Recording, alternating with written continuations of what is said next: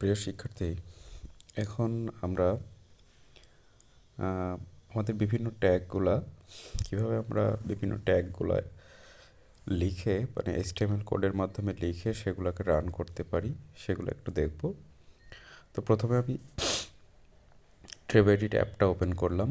তো ওপেন করার পর দেখো, আমি যেটা প্রথমে করব সেটা হচ্ছে আমি এখানে ফোল্ডার আইকনে ক্লিক করব। তোমরা একটু ভালো করে খেয়াল করবা, যেখানে আমি ক্লিক করব সেখানে একটা ডট টাইপের একটা হচ্ছে যে মানে জেস্চার আসবে। এখানে আমি ক্লিক করলাম ফোল্ডার আইকনে। এখান থেকে ওই যে HTML প্র্যাকটিস নামে যে আমরা প্রজেক্ট সেট করছিলাম সেখান থেকে আমি প্লাস আইকনে ক্লিক করব। প্লাস আইকন ক্লিক করে একটা নতুন ফাইল নিব। আমি ধরো এখন তোমাদেরকে হেডিং ট্যাগগুলো দেখাবো, সো আমি এখানে হেডিং নামের একটা ফাইল নিচ্ছি, হেডিং ডট HTML। তোমরা চাইলে অন্য যে কোনো নাম দিতে পারো, আমি হেডিং ডট HTML প্রত্যেকটা ট্যাগের নাম অনুযায়ী দিব। তাহলে হেডিং ডট HTML দিয়ে আমি সেভ করব।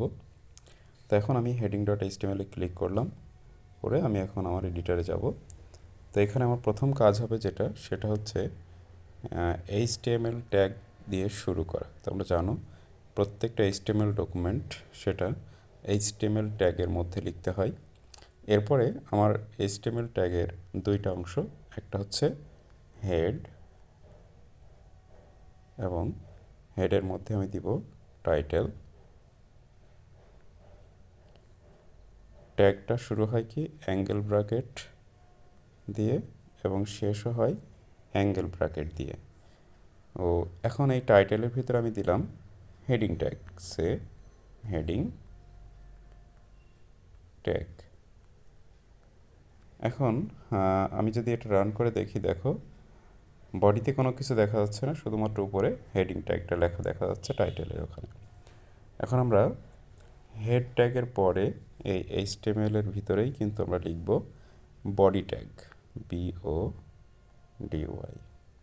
বডি ট্যাগটা লেখার পরে আমরা বডি ট্যাগের মধ্যে ধরো একটা হেডিং দিলাম। আমরা জানি হেডিং ট্যাগ আমাদের কয়টা ছিল, 6টা, H1 থেকে শুরু করে H6 পর্যন্ত, যার মধ্যে H1 হচ্ছে সব থেকে বড় এবং H6 হচ্ছে সব থেকে ছোট।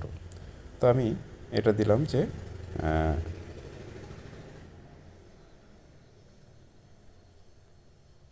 হেডিং, আমি এভাবে দিই তাহলে তোমাদের একটু বুঝতে সুবিধা হবে।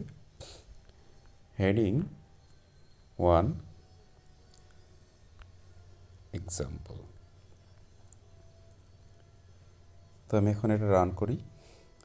দেখো রান করলে লেখাটা একটু বড় দেখা যাচ্ছে, হেডিং 1 এক্সাম্পল।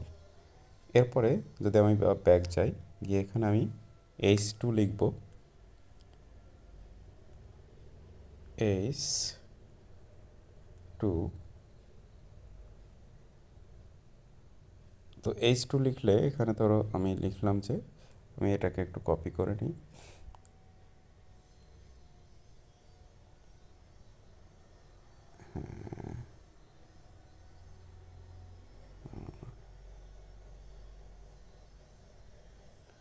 আমি কাট করতে চাচ্ছি না, আমি কপি করতে চাচ্ছি। হ্যাঁ, এখান থেকে আমি কপি করে নিলাম। দেখো কপি করার পরে এই যে তোমার H2 ট্যাগের মধ্যে আমি এটা পেস্ট করে দিব। তো হেডিং 1-এর জায়গায় এটা দিব কি 2। তারপরে এভাবে আমি H3 ট্যাগ নিব, H3। তো এখানেও সেমভাবে আমরা আমাদের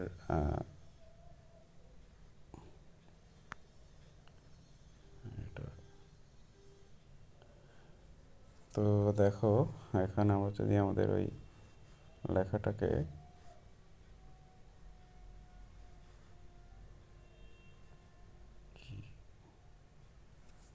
আসলে মোবাইলে কার্সর ম্যানেজ করাটা খুবই টাফ।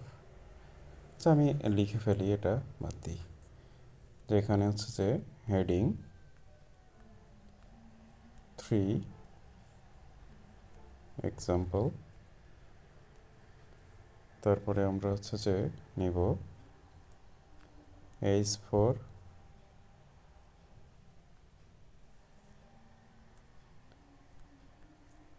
হেডিং ফর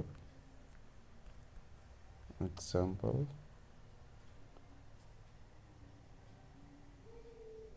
এরপরে এক্সাম্পল এরপরে আমি নিব হেডিং H5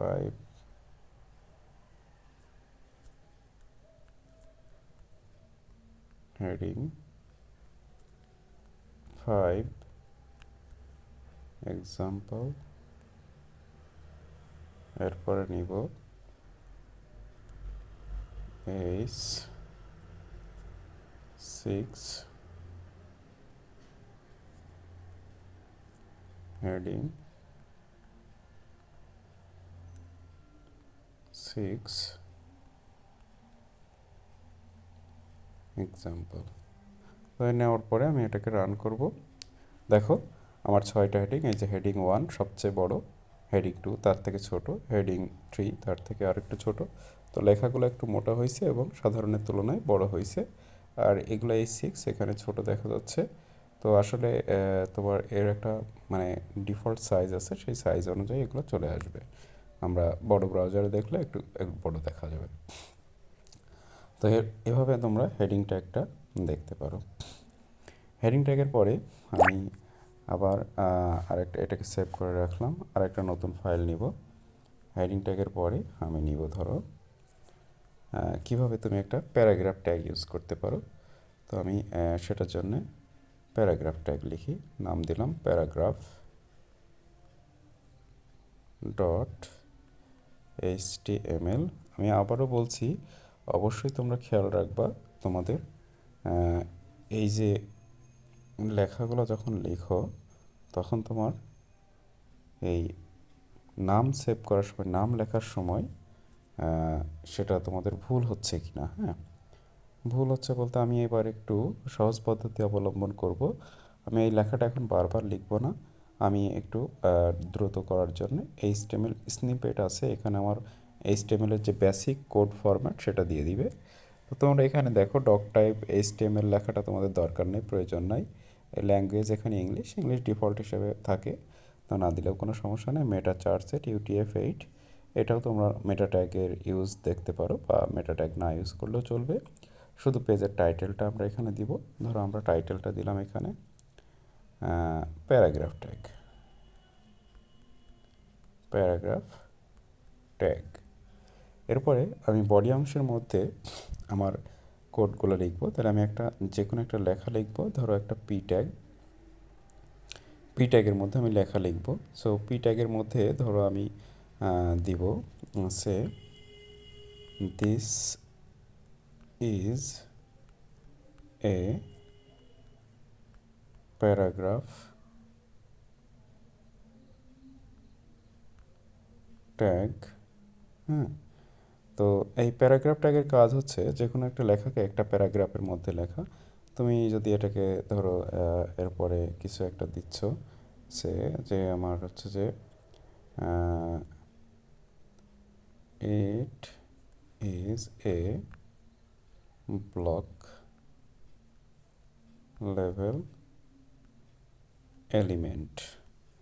তো তোমরা জানো আমাদের HTML এর ভাষায় এলিমেন্ট কাকে বলে। এলিমেন্ট হচ্ছে যে আমাদের এই ট্যাগ সহ, কন্টেন্ট সহ সব কিছুকে একত্রে আমরা বলি কি এক একটা এলিমেন্ট, HTML এর এলিমেন্ট। আর এই HTML এর এলিমেন্টগুলো দুই ধরনের হয়, একটা হচ্ছে ব্লক লেভেল এলিমেন্ট, আর একটা হচ্ছে তোমার টেক্সট লেভেল বা ইনলাইন এলিমেন্ট। মানে ওখানে কোনো নতুন লাইনে যাবে না, ওই ট্যাগের বাইরে গেলেও নতুন লাইনে যাবে না, ওই ট্যাগের পরে যেখান থেকে শেষ হবে সেখান থেকে শুরু হবে একই লাইনে। তার মানে ইনলাইন এলিমেন্ট যদি হয় তাহলে সেক্ষেত্রে আমাদের ব্রেক ট্যাগ দিয়ে পরের লাইনে যেতে হবে। আর যদি তোমার ব্লক লেভেল হয় তাহলে এরপরে তুমি যদি কোনো লেখা লিখো, দেখো আমি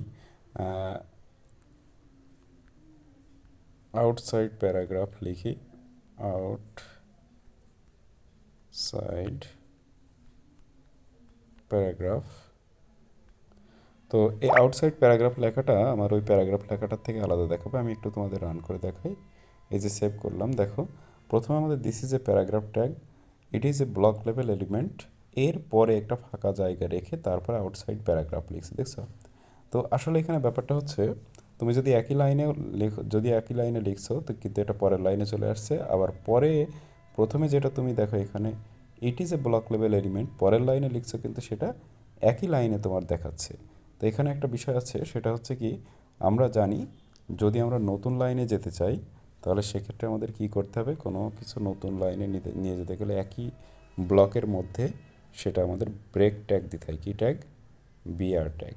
তো এই যে বিআর ট্যাগ দিয়ে দিলাম, এখন আমি রান করি, দেখো আমার দিছি যে প্যারাগ্রাফ, এরপরে ব্রেক ট্যাগ দিছিলাম, তারপরে লাইনে গেছে এটি যে ব্লক লেভেল এলিমেন্ট। আর এই লেখাটা আউটসাইড প্যারাগ্রাফ, এই লেখাটা দেখো একটা সুন্দর করে একটা জায়গা ফাঁকা রাখছে, আগেরটাতে দেখো লাইনের মধ্যে গ্যাপ নাই কিন্তু, হ্যাঁ, কিন্তু এখানে তোমার লাইনের মধ্যে একটা সুন্দর গ্যাপ রেখে তারপরে এটা তোমাদের রান করে দেখাচ্ছে। তো এই হচ্ছে আমাদের প্যারাগ্রাফ ট্যাগ এবং হেডিং ট্যাগ। এগুলো তোমাদের বিভিন্ন সময় কাজে লাগবে, তো তোমরা এগুলো একটু প্র্যাকটিস করবা বিভিন্নভাবে তোমরা নিজেদের মতো করে দিয়ে। তবে মনে রাখবা, নতুন কোনো লাইনে যেতে গেলে যদি একই ব্লকের মধ্যে হয় তাহলে কি হবে, বিআর ট্যাগ ইউজ করতে হবে, হ্যাঁ।